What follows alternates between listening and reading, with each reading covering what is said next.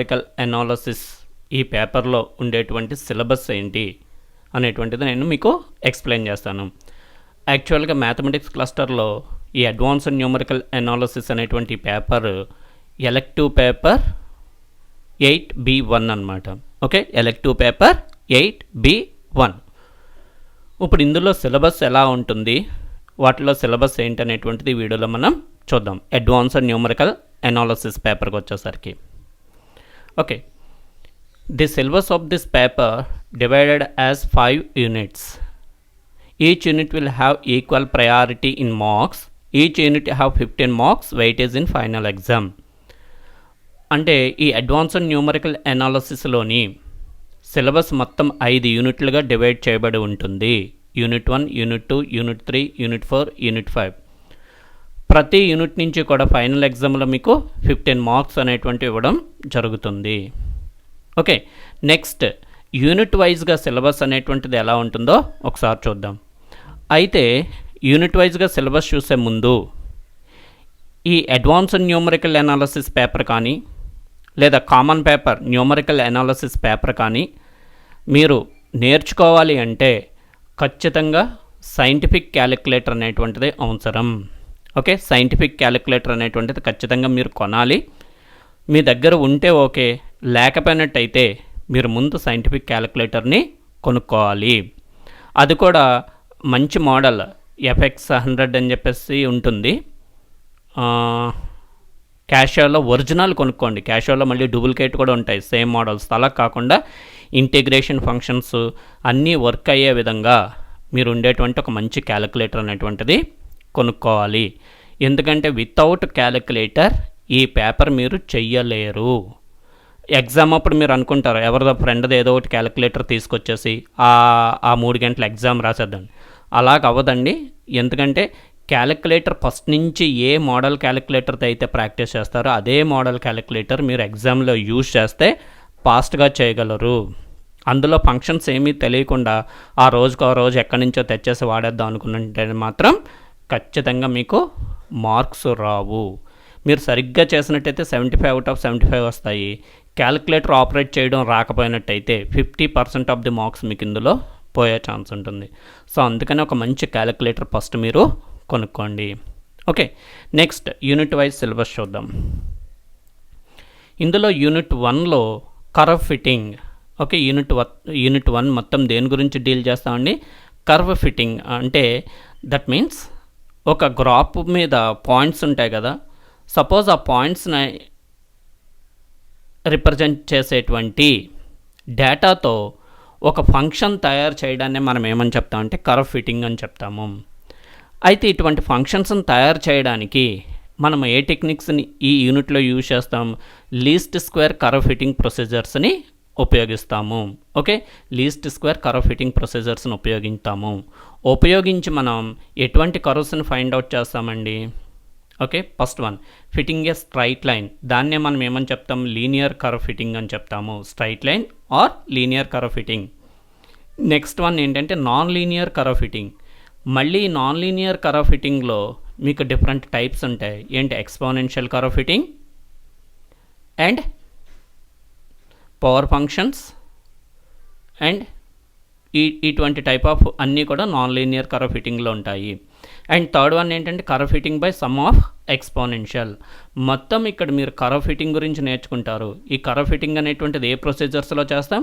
Least square curve fitting procedures. అంటే first మీరు least square curve procedure అంటే ఏంటో నేర్చుకోవాలి.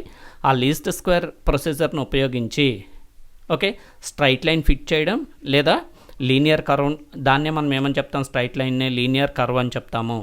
సెకండ్ వన్ ఏంటంటే నాన్ లీనియర్ కర్వ్ ఫిట్టింగ్. మళ్ళీ ఇందులో 3 మోడల్స్ ఉంటాయి. Curve fitting by some of the exponential. మొత్తం మీకు ఇందులో 5 మోడల్స్ని మీరు నేర్చుకుంటారు. That is the syllabus of unit 1. Okay, unit 2 వచ్చేసరికి న్యూమరికల్ డిఫరెన్షియేషన్. మనం ఆల్రెడీ డిఫరెన్షియేషన్ నేర్చుకున్నాం, కానీ ఇక్కడ వచ్చేసరికి న్యూమరికల్ డిఫరెన్షియేషన్ అంటే ఈ న్యూమరికల్ డిఫరెన్షియేషన్ అంటే ఏంటి? సపోజ్ y ఈక్వల్ అంటూ x² అని ఇచ్చారనుకోండి, దాన్ని విత్ రెస్పెక్ట్ టు ఎక్స్తో డెరివేటివ్ చేయమన్నారనుకోండి, dy/dx ఈక్వల్ అంటూ 2x అవుతుంది. అది డిఫరెన్షియేషన్. మరి న్యూమరికల్ డిఫరెన్షియేషన్ అంటే ఏంటి? ఫర్ ఎగ్జాంపుల్ ఒక టేబుల్ ఇచ్చారండి, f of x and f of x అని, x values 1 2 3, f of x values 4 5 6 అలా ఇచ్చి find derivative of f of x అన్నారు అనుకోండి. ఇప్పుడు ఎలా చేయాలి మరి? చేయలేం.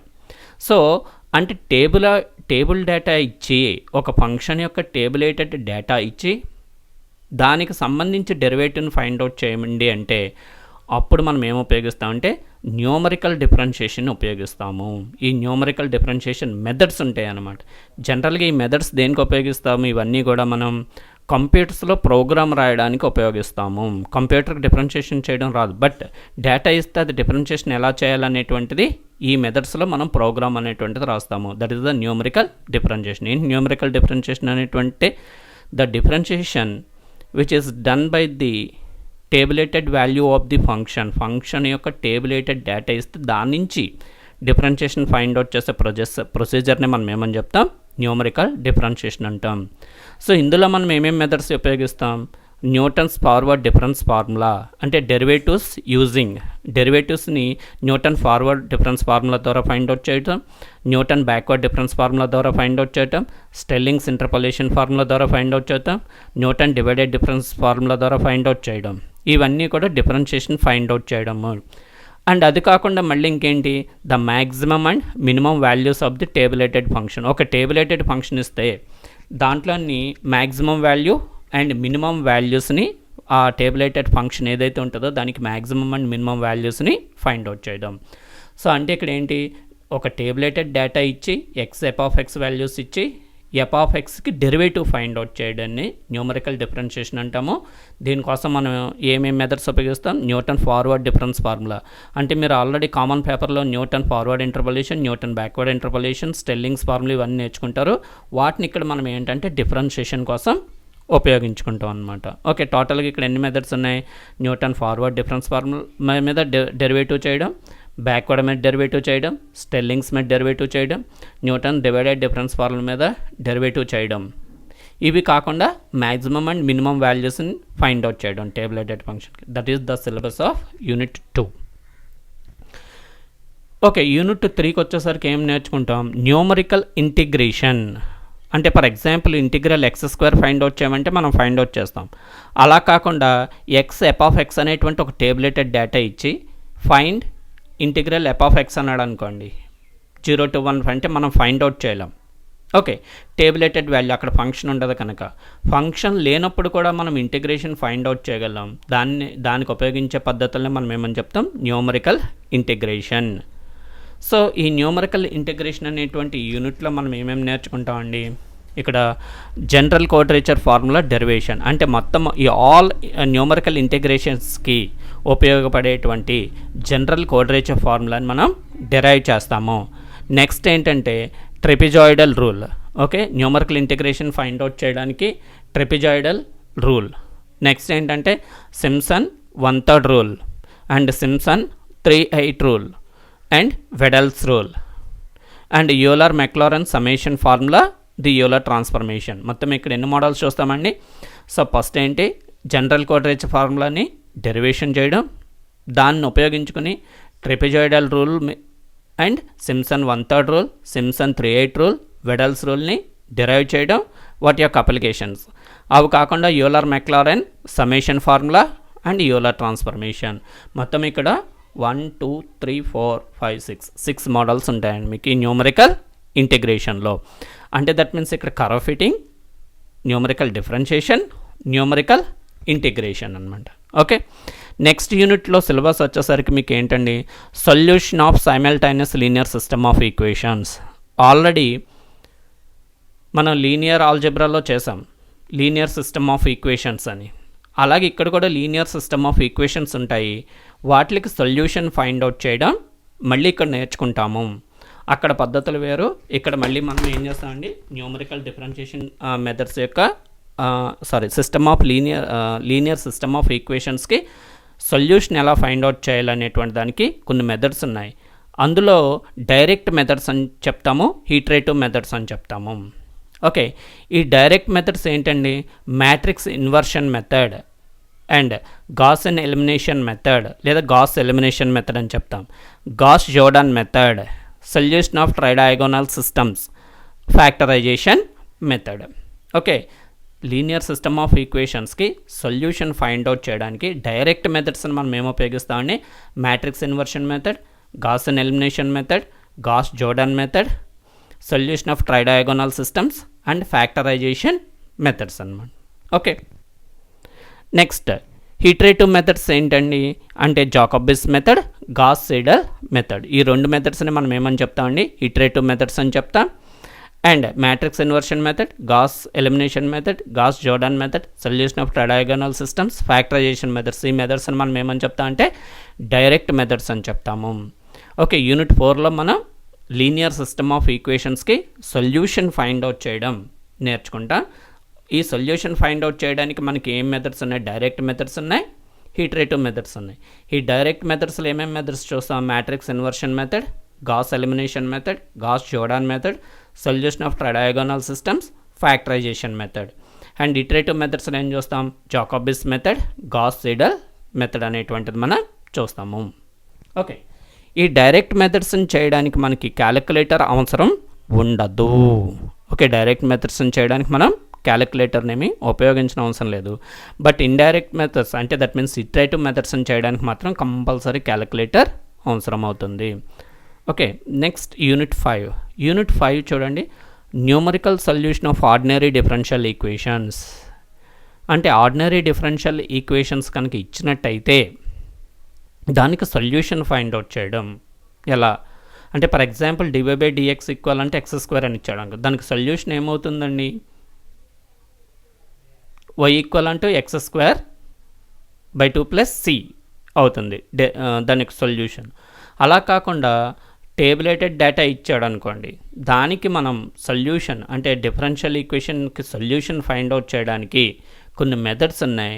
ఏంటి ఆ మెథడ్స్ ఇక్కడ, Taylor series method, Picard successive approximation method, Euler's method, modified Euler's method, Runge Kutta methods. Okay, ఇక్కడ మళ్ళీ రంగీకోటా మెథడ్స్లో 3 టైప్స్ ఉంటాయి. Okay, Runge Kutta method of second order, Runge Kutta method of third order, Runge Kutta method of fourth order. Okay, second order method, third order method, fourth order method. Okay, so దీన్నే మనం RK method అని కూడా అని చెప్తాము. This is about the unit 5. అంటే టోటల్గా మనకి ఇక్కడ 5 యూనిట్స్ ఉన్నాయి. 5 యూనిట్స్లో యూనిట్ 1 కర్వ్ ఫిట్టింగ్ గురించి నేర్చుకుంటాం. సెకండ్ వన్ ఏంటండి, న్యూమరికల్ డిఫరెన్షియేషన్ గురించి నేర్చుకుంటాం. థర్డ్ వన్ న్యూమరికల్ ఇంటిగ్రేషన్ గురించి నేర్చుకుంటాం. ఫోర్త్ వన్ సైమల్టైనస్ డిఫరెన్షియల్ ఈక్వేషన్స్ గురించి నేర్చుకుంటాం. సైమల్టైనస్ లీనియర్ సిస్టమ్ ఆఫ్ ఈక్వేషన్స్ గురించి నేర్చుకుంటాం. Fifth one numerical solution of ordinary differential equations గురించి నేర్చుకుంటాం. అయితే ఫస్ట్ నేను ఏ చాప్టర్ మీకు స్టార్ట్ చేస్తానంటే, ఓకే, 4th యూనిట్ స్టార్ట్ చేస్తాను. ఎందుకు నేను 4th యూనిట్ ఫస్ట్ స్టార్ట్ చేస్తాను అంటే, ఇక్కడ మీకు క్యాలిక్యులేటర్ అవసరం అనేటువంటిది డైరెక్ట్ మెథడ్స్ అయ్యే వరకు అవసరం ఉండదు. డైరెక్ట్ మెథడ్స్ అంటే 4-5 క్లాసెస్లో అయిపోతుంది అనమాట. ఈ లోపుగా మీరు క్యాలిక్యులేటర్ అనేటువంటిది ఖచ్చితంగా తీసుకోవాలి. Without practising through calculator you will not do anything in final exam. అంటే క్యాలిక్యులేటర్ మీరు ఫస్ట్ నుంచి ఒకే మోడల్ క్యాలిక్యులేటర్ మీద ప్రాక్టీస్ చేసినట్టయితేనే ఫైనల్ ఎగ్జామ్లో మీరు ఫాస్ట్గా చేయగలుగుతారు, ఫాస్ట్ అండ్ యాక్యురేట్గా చేయగలుగుతారు. అలా కాకుండా ఆ రోజుకి ఆ రోజు ఎవరి దగ్గర క్యాలిక్యులేటర్ తెచ్చుకొని చేద్దాం అనుకున్నట్టయితే మాత్రం మీకు కామన్ పేపర్ కానీ ఈ క్లస్టర్లో అడ్వాన్స్ న్యూమరికల్ అనాలిసిస్ పేపర్ కానీ రెండూ కూడా మీరు చేయలేరు. ఓకే, రెండూ కూడా మార్క్స్ మీరు అనుకున్న మార్క్స్ రావు. సో అందుకని ఫస్ట్ నేను ఏంటంటే యూనిట్ 4 స్టార్ట్ చేస్తాను. ఈ యూనిట్ 4లో డైరెక్ట్ మెథడ్స్ అంటే matrix inversion method, Gauss elimination method, Gauss Jordan method, solution of tridiagonal systems and factorization method, ఈ 5 మెథడ్స్ అయ్యేటప్పటికీ మీరు ఖచ్చితంగా క్యాలిక్యులేటర్ తీసుకోవాలి. అప్పుడు మనం ఇటరేటివ్ మెథడ్స్ అనేటువంటి స్టార్ట్ చేస్తాం. అండ్ రిమైనింగ్ ఆల్ 4 యూనిట్స్కి కూడా క్యాలిక్యులేటర్ లేకుండా మీరు ఒక్క ప్రాబ్లం కూడా చేయలేరు. So first you have to buy a good scientific calculator. మీరు కొనేటప్పుడు క్యాష్ అని వాడు అమ్మేస్తాడు, కానీ అది డూప్లికేటా ఒరిజినల్గా చూసుకొని క్యాలిక్యులేటర్, మంచి క్యాలిక్యులేటర్ కొనుక్కోండి. అది మీరు పీజీ చేసినా ఉపయోగపడుతుంది. This is regarding this syllabus, okay, for advanced numerical analysis paper. Okay. So ఇది సిలబస్ అండి, 5 యూనిట్స్ సిలబస్. ప్రతి యూనిట్లో ఏమేమి నేర్చుకుంటామో బ్రీఫ్గా మీకు ఎన్ని మోడల్స్ ఉంటాయో సిలబస్ ఇచ్చామో ఆ సిలబస్ని మీరు ఒక బుక్లో స్టార్టింగ్ పేజ్లో రాసుకోండి. Okay, thank you.